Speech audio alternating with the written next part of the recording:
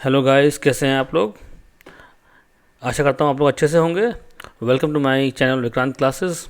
आज जो लेक्चर आपके लिए लेके आया हूँ मैं, पॉलिटिकल पार्टीज़, काफ़ी इंपॉर्टेंट लेक्चर है। इससे पहले पार्ट 1 इसका मैं रिलीज़ कर चुका हूँ, ये पार्ट 2 है और इसमें हम लोग जो है इस चैप्टर का मिडिल का पार्ट कंप्लीट करेंगे। इसमें पढ़ेंगे हम लोग कि different types of party system जो पूरे वर्ल्ड में पॉपुलर है। इसके अलावा हम पढ़ेंगे कि जो ये सिस्टम जो भी हम पढ़ने जा रहे हैं डिफरेंट टाइप्स ऑफ, उसके पॉजिटिव और निगेटिव इम्पैक्ट्स क्या हैं हर सिस्टम के। कई बार एग्जाम में पूछते हैं इसके बारे में कि एक नंबर में कि इसका निगेटिव इम्पैक्ट क्या है या पॉजिटिव इम्पैक्ट क्या है। फिर हम पढ़ेंगे डिफरेंट टाइप्स ऑफ पार्टीज़ कि नेशनल पार्टी क्या होती हैं और स्टेट पार्टीज़ क्या होती हैं। काफ़ी इंपॉर्टेंट पार्ट है ये। अक्सर इससे क्वेश्चन आता है 1 नंबर का या 3 नंबर का क्वेश्चन एग्जाम में आता है। और इस चैप्टर के लास्ट में हम लोग पढ़ेंगे आज की डिफरेंट टाइप्स ऑफ पार्टी, जो पार्टीज़ हैं वर्ल्ड इंडिया में इस समय जो कि नेशनल पार्टीज़ हैं, उनके क्या क्या ऑब्जेक्टिव हैं और कब वो कौन से ईयर में बन के तैयार हुई हैं। ठीक है, इसको हम पढ़ने की कोशिश करेंगे। तो चलिए इस लेक्चर को स्टार्ट करते हैं विदाउट वेस्टिंग एनी टाइम। फटाफट स्टार्ट करते हैं और आई होप कि आप सब तैयारी कर रहे होंगे एग्ज़ाम की। अब तो सिर्फ 3 मंथ रह गए हैं एग्ज़ाम के, तो अच्छे से तैयारी करिए, लग के तैयारी करिए। कुछ भी डाउट्स आपको रहे मेरे इस लेक्चर में या कुछ पूछना हो आपको, तो आप मुझे इंस्टाग्राम मेरा जो है उसमें फॉलो कर सकते हैं और मुझे उसमें भेज सकते हैं अपनी क्वेरीज़ को। तो मैं अपना इंस्टाग्राम अपना इसी जो आपका लेक्चर है इसके उसमें डाल दूँगा नोट में अभी कि मेरा इंस्टाग्राम पेज का आईडी क्या है। तो चलिए इसको स्टार्ट करते हैं लेक्चर को फटाफट। पार्ट 1 मैंने लेक्चर इसका रिलीज़ किया था, ये इसमें सब पढ़ा चुका हूँ आप लोगों को मैं। आज हम जो पढ़ेंगे वो है पार्ट 2। तो देखिए दोस्तों, आज हम पढ़ेंगे different types of party system. तो पूरे वर्ल्ड की अगर हम बात करें तो पूरे वर्ल्ड में 3 तरह का पार्टी सिस्टम बहुत पॉपुलर है। ये पार्टी सिस्टम है, एक तो है वन पार्टी सिस्टम, एक है 2 पार्टी सिस्टम और तीसरा है मल्टी पार्टी सिस्टम। ठीक है, तो देखते हैं ये कैसे काम करता है। देखिए, वन पार्टी सिस्टम कहते हैं उस देश के बारे में कहते हैं जहाँ पे सिर्फ एक तरह की गवर्नमेंट होती है, एक तरह की सरकार होती है, एक ही पार्टी वहाँ रूल करती है और कोई और पार्टी को रूल करना या इलेक्शन लड़ने का अधिकार नहीं होता है। एग्जाम्पल के लिए इसका एग्जाम्पल है चाइना। चाइना एक कम्युनिस्ट कंट्री है और वहाँ पे सिर्फ कम्युनिस्ट पार्टी ऑफ चाइना का रूल होता है। जितने लोग चुनाव लड़ते हैं, चुनाव तो होता है चाइना के अंदर, पर जो चुनाव होता है उसमें जितने लोग पार्टिसिपेट करते हैं उन लोगों को कम्युनिस्ट पार्टी ऑफ चाइना से पहले परमिशन लेनी पड़ती है। तो इसका मतलब यह है कि कोई भी हारे कोई जीते, लेकिन चाइना के अंदर सिर्फ जो कम्युनिस्ट पार्टी है चाइना की, कम्युनिस्ट पार्टी ऑफ चाइना, इसका ही रूल होता है। तो इस तरह से हम देखते हैं कि चाइना के अंदर वन पार्टी सिस्टम है, एक पार्टी सरकार में रहती है, वही चलाती है देश को। तो ये वन पार्टी सिस्टम है। अब इसमें क्या है कि जब पार्टी एक ही है तो अब जो लोग वहाँ पे काम करते हैं तो लोगों के पास राइट्स बहुत कम होते हैं। अब इलेक्शन में जब इलेक्शन होता है तो अब उनके सामने इतने चॉइस नहीं होती हैं, उनको एक ही पार्टी को वोट करना पड़ता है जो कि कम्युनिस्ट पार्टी ऑफ चाइना है। तो इस तरह से लोगों के अधिकार काफ़ी कम हो जाते हैं। तो वही मैंने लिखा है इसमें कि only one party is allowed to run and control the government, यानी एक ही पार्टी सरकार चलाती भी है और चुनाव लड़ती है और देश को चलाती है, और कोई और पार्टी इस देश के अंदर अलाउड नहीं होती है। तो इसको देखिए, इसका मैंने एक निगेटिव और एक पॉजिटिव पॉइंट लिख दिया है कि जो चाइना है ऐसे आपका एक वन पार्टी सिस्टम है, तो यहाँ पे क्या होता है कि government is stable, government stable है। अब भाई गवर्नमेंट स्टेबल इसलिए है कि जब पार्टी ही एक है और कोई अपोजिशन है ही नहीं, तो कम से कम ये जो सरकार बनेगी वो 5-6 जो भी टेन्योर होता है गवर्नमेंट का, 5 साल 6 साल वो चलेगी पूरा, क्योंकि अपोजिशन नहीं है और एक ही पार्टी सरकार को चलाती है। तो इस तरह से हम इसका जो पॉजिटिव बात अगर निकालने की कोशिश करें तो हम बोलेंगे कि गवर्नमेंट इज़ स्टेबल, गवर्नमेंट आपकी स्टेबल है। अब निगेटिव बात क्या है कि people do not enjoy many rights, लोगों के पास इतने अधिकार नहीं होते हैं। क्यों नहीं होते हैं अधिकार? क्योंकि जब देखिए हम लोग का सबसे इम्पोर्टेंट जो राइट होता है वो होता है राइट टू वोट। हम वोट डालते हैं और इस वोट के माध्यम से अपने जो रिप्रेजेंटेटिव्स हैं, जो एमपीज़ हैं, एमएलएज़ हैं, उनको चुनते हैं जो हमारे लिए काम करते हैं। अगर वो ठीक से काम ना करें तो अगले 5 साल में हम उनको वोट ना दे करके हटा सकते हैं पावर से। तो इस तरह हम देखते हैं कि ये अधिकार हमारे पास है कि हम वोट के थ्रू अपने लोग चुनते हैं और वो लोग देश को चलाते हैं। अब चाइना में क्या है कि वोट का अधिकार तो लोगों को मिलता है, लेकिन चॉइस नहीं है। एक ही पार्टी जो चुनाव लड़ रही है, तो आपको आप वोट दो या ना दो, इससे उस पार्टी को फ़र्क पड़ता नहीं है। तो इसलिए जो कम्युनिस्ट पार्टी वो स्ट्रांग है चाइना के अंदर, तो इसलिए लोगों के पास अधिकार नहीं है, जो पार्टी चाहती है वो काम करती है। तो इस तरीके से ये वन पार्टी सिस्टम है, ये इसका पॉजिटिव और ये इसका निगेटिव इम्पैक्ट है। एग्जाम में अगर क्वेश्चन पूछ लें 3 नंबर का कि explain one party system, right it's positive and negative points, तो इसको आप इस तरीके से 3 नंबर का बना के लिख पाएंगे। चलिए इसके आगे हम देखते हैं जो कि है टू पार्टी सिस्टम। देखिए बच्चों, ये टू पार्टी सिस्टम के मतलब 2 लिखा हुआ है यहाँ पे, इसका मतलब ये है कि जिस देश के अंदर सिर्फ 2 तरह की पार्टी होती हैं, 2 पार्टी चुनाव लड़ती हैं। और आमतौर पर होता क्या है कि देखिए समझिए बात को, कि इसे एक ग्रुप ये है आपका, एक ए देते हैं इसका नाम, और एक ग्रुप ये है इसका नाम बी देते हैं। तो अब ये जो इस तरह की कंट्रियाँ होती हैं, ये 2 ग्रुप में बढ़ जाती हैं, एक ग्रुप ए और एक ग्रुप बी। बाकी छोटी मोटी जो पार्टियाँ होती हैं वो अपने इनमें से किसी एक को चुन लेती हैं। जैसे मान लो इन लोगों ने चुन लिया इसको, इन्होंने चुन लिया इसको। अब दो तरह की पार्टी चुनाव लड़ती हैं, एक पार्टी ए और एक पार्टी बी। तो अब चुनाव जब होगा, इलेक्शन के बाद जो रिजल्ट आएगा उसमें क्या होगा कि एक पार्टी को मिल जाएगी मेजोरिटी और एक पार्टी आ जाएगी अपोजिशन में, माइनॉरिटी में।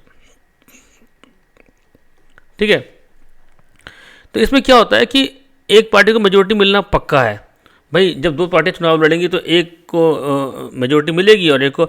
मेजोरिटी का मतलब हमेशा क्या होता है कि 1/2 + 1, ये मेजोरिटी है।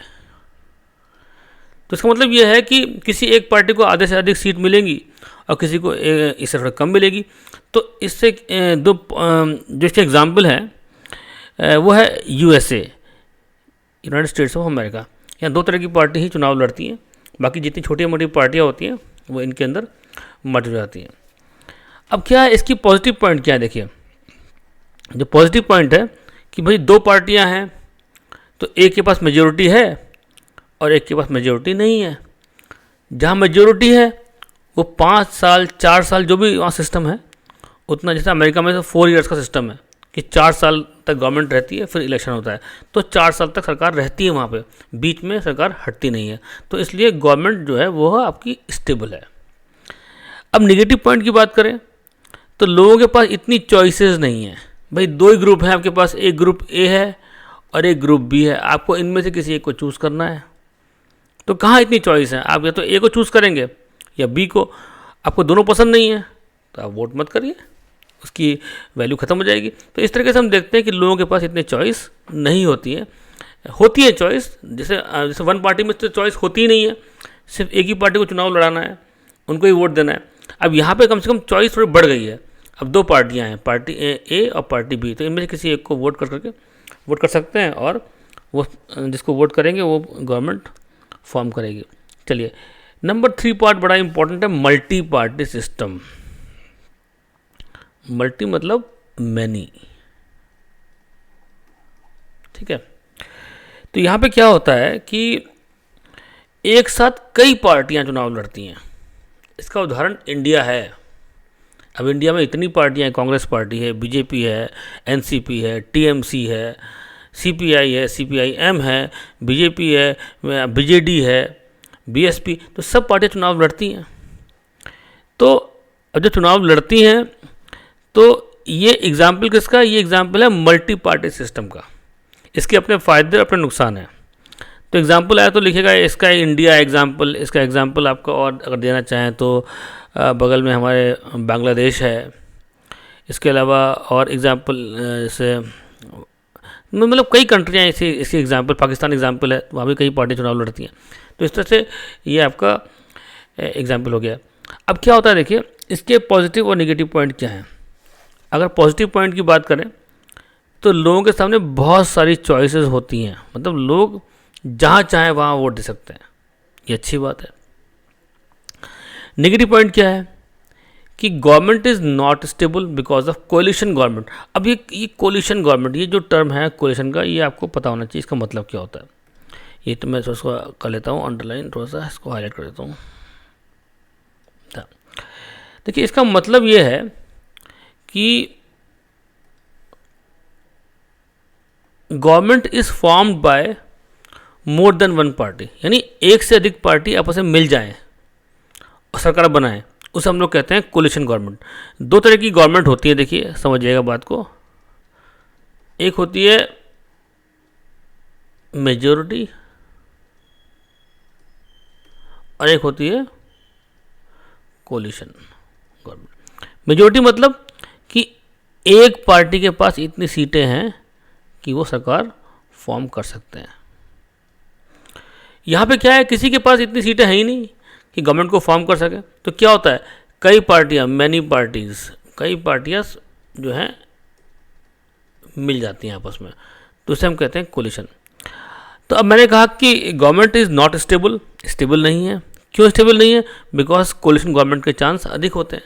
तो क्या कारण है, देखिए पहली बात तो ये गवर्नमेंट होती क्यों है, why we have coalition government in multi party system.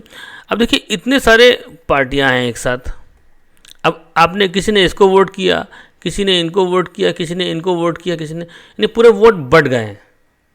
अब वोट बढ़ गए हैं तो किसी पार्टी के पास मेजोरिटी नहीं बची, इनके पास भी सीटें कुछ बची हैं, कुछ सीटें हैं इनके पास, कुछ सीटें इनके पास, कुछ सीटें इनके पास, इस तरीके से जितनी पार्टियां यहाँ पे हैं अवेलेबल, सबके पास कुछ ना कुछ सीटें अवेलेबल हैं, लेकिन मेजोरिटी किसी के पास नहीं है। तब क्या करना पड़ेगा कि कुछ पार्टियों को आपस में मिलना पड़ेगा। मान लो ये शुरू की ये 3 पार्टियां मिल गई आपस में और इन्होंने कहा कि ये आपका बन गया कोलिशन गवर्नमेंट, हम लोग मिल के सरकार चलाएंगे। तो गवर्नमेंट स्टेबल क्यों नहीं है? स्टेबल इसलिए नहीं है कि अब देखिए 3 पार्टियां मिल गई हैं, 1, 2 और 3। अब कोई डिसीजन लेना है गवर्नमेंट को तो इनको भी एग्री करना पड़ेगा, इनको भी एग्री करना पड़ेगा, नहीं सब जब तक एग्री नहीं होंगे वो काम नहीं हो सकता। अब सब खुश कैसे रह पाएंगे? तो मान लीजिए किसी समय किसी पार्टी को गुस्सा, किसी पॉलिसी पे वो एग्री नहीं करती है और उस पार्टी ने अपने आप को अलग कर लिया इस कोलिशन से, तो गवर्नमेंट जो है वो ख़त्म हो जाएगी। तो इस तरह से हम देखते हैं कि जो कोलिशन गवर्नमेंट होती है वो स्टेबल नहीं होती है। तो ये एक ड्रॉबैक है, एक नेगेटिव पॉइंट है आपकी पॉजिटिव, और ये नेगेटिव पॉइंट, पॉजिटिव पॉइंट है ये उसका मल्टी पार्टी का, और ये नेगेटिव पॉइंट मल्टी पार्टी का। ठीक है, तो आई होप सबको समझ में आया होगा। एक बार फिर से रिकैप देता हूँ फटाफट आप लोगों को मैं, कि देखिए 3 तरह की पार्टी सिस्टम हमारे पास अवेलेबल है इस समय वर्ल्ड में। One party and example is China, and we have only one party, communist party of China in China, जहाँ पे लोगों के पास इतने ऑप्शंस अवेलेबल नहीं है। इसका फ़ायदे ये होते हैं, गवर्नमेंट स्टेबल है, कोई अपोजिशन नहीं है, तो गवर्नमेंट 5 साल चलती है। और नेगेटिव पॉइंट ये है कि लोगों के पास राइट्स बहुत कम होते हैं।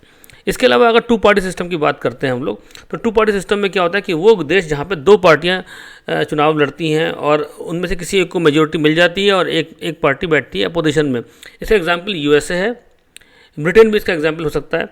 तो यहाँ पे क्या है कि गवर्नमेंट स्टेबल होती है, और नेगेटिव पॉइंट ये है कि गवर्नमेंट, लोगों के पास इतनी चॉइस नहीं होती, 2 ही ग्रुप होता है, किसी एक को वोट करना पड़ता है। Number 3 multi party system, example is India. यहाँ पे क्या होता है, कई पार्टियाँ एक साथ चुनाव लड़ती हैं, लोगों के वोट बढ़ जाते हैं, और लोगों के वोट बटने की वजह से क्या होता है कि किसी पार्टी को मेजोरिटी कई बार नहीं मिल पाती है। तो इसकी वजह से कई पार्टियों को मिल करके गवर्नमेंट फॉर्म करनी पड़ती है, and we call it as coalition government. इसे हम लोग कहते हैं कोलिशन गवर्नमेंट। तो पॉजिटिव पॉइंट क्या है, लॉट्स ऑफ चॉइसेस, लोगों के सामने बहुत सारी चॉइसेस हैं। और नेगेटिव पॉइंट क्या है कि गवर्नमेंट स्टेबल नहीं है, बिकॉज गवर्नमेंट एक अक्सर ये देखा गया है कि जो गवर्नमेंट बनती है वो बनती है कोलिशन गवर्नमेंट। चलिए इसका एक लास्ट सेक्शन पढ़ लेते हैं फटाफट हम लोग इस चैप्टर का। वह है टाइप्स ऑफ पॉलिटिकल पार्टीज़। देखिए इंडिया में 2 तरह की पार्टीज़ मिलती हैं, एक रीजनल पार्टी और एक नेशनल पार्टी। ये रीजनल पार्टी को आप लोग कह सकते हैं, you can call it as state party also. इसको मैं लिख देता हूँ यहाँ पे कि जो रीजनल पार्टी है ये, इसको आप लोग या स्टेट पार्टी भी कह सकते हैं। तो इसका एक कुछ फार्मूला होता है जिससे हम लोग ये पता करते हैं कि कोई पार्टी एक नेशनल पार्टी है कि स्टेट पार्टी है। तो फटाफट इसको हम देख लेते हैं। देखिए नेशनल पार्टी कि इसमें क्या होता है कि इसका फार्मूला ये होता है, ये देखिए यहाँ से यहाँ तक मैंने एक पॉइंट लिखा है,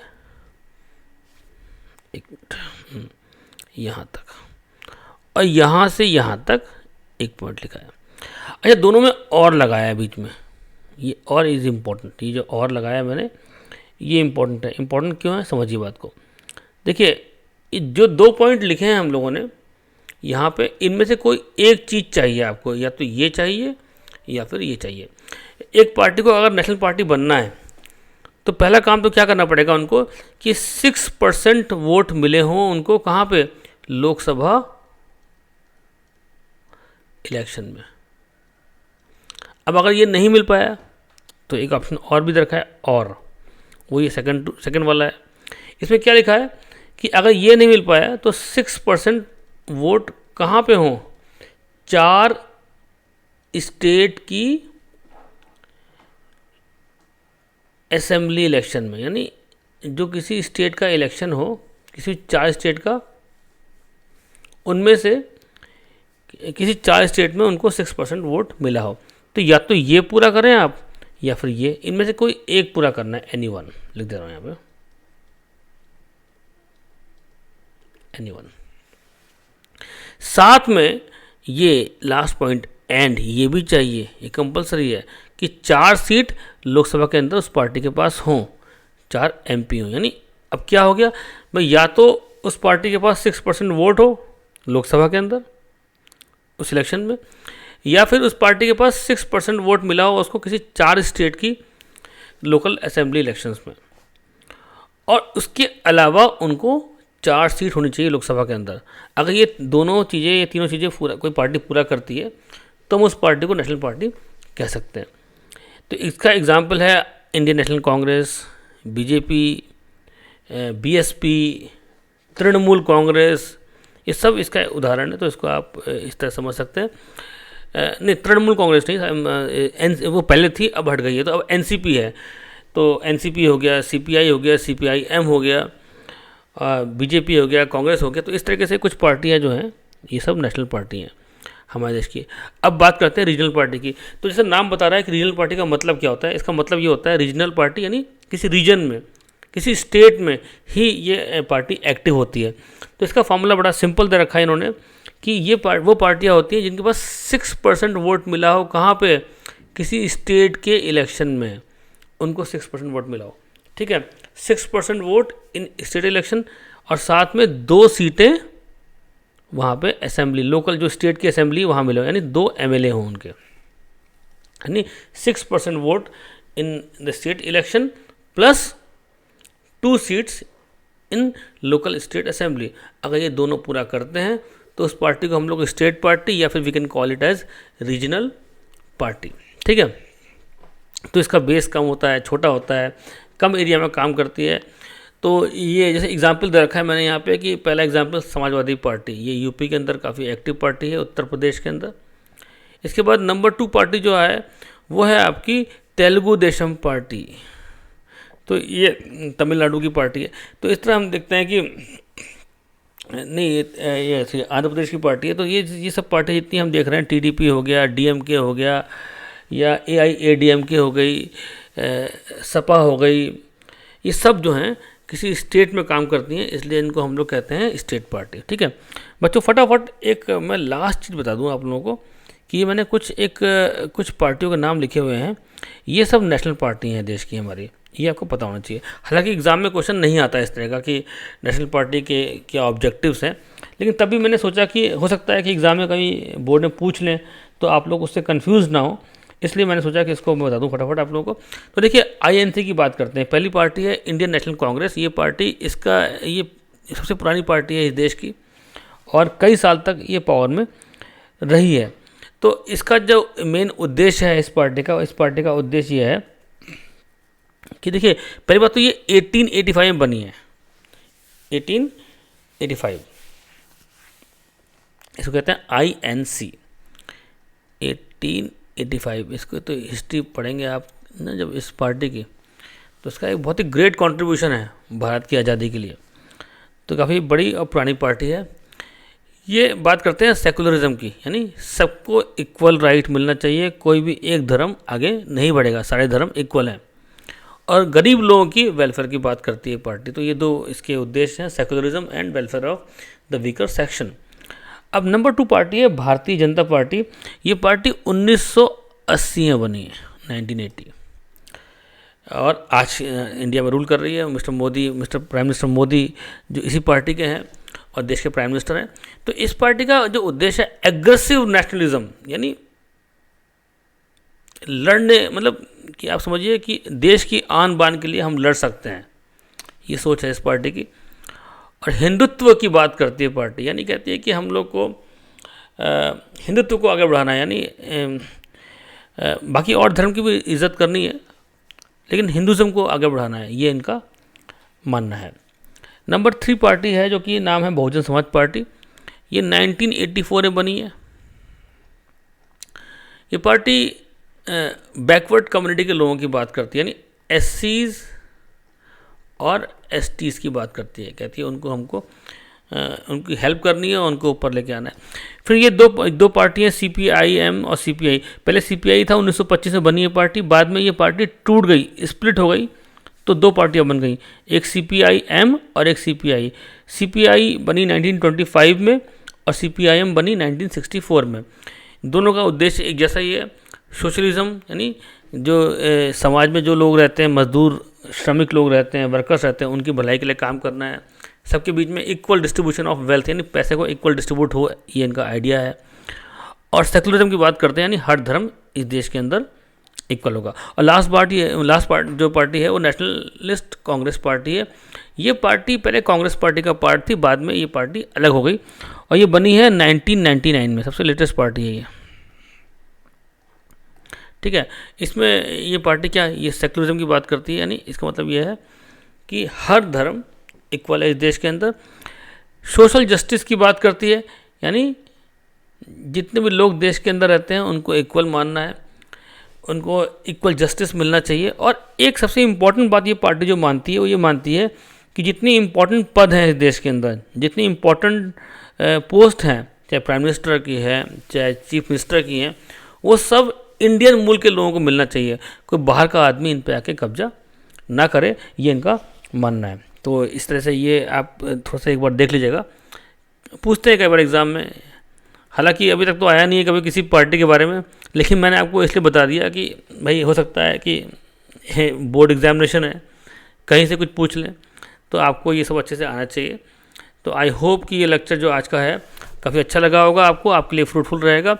और कल ही मैं इसका पार्ट 3 भी लेके आऊँगा और इस लेक्चर को पूरी तरह से ख़त्म कर दूँगा, इस चैप्टर को। तो आई होप कि ये लेक्चर अच्छा रहा होगा। अगर अच्छा लगा है तो प्लीज़ लाइक कीजिए, शेयर कीजिए और सब्सक्राइब कीजिए, और प्लीज़ अपने दोस्तों को भी इसको शेयर कीजिए जिससे कि उनको भी इसका बेनिफिट मिल सके। सो दोस्तों, हैव ए नाइस डे, और अच्छे से मन लगा के पढ़िए और एग्ज़ाम में अच्छे नंबर लाने की कोशिश करिए। चलिए, बाय, एंजॉय।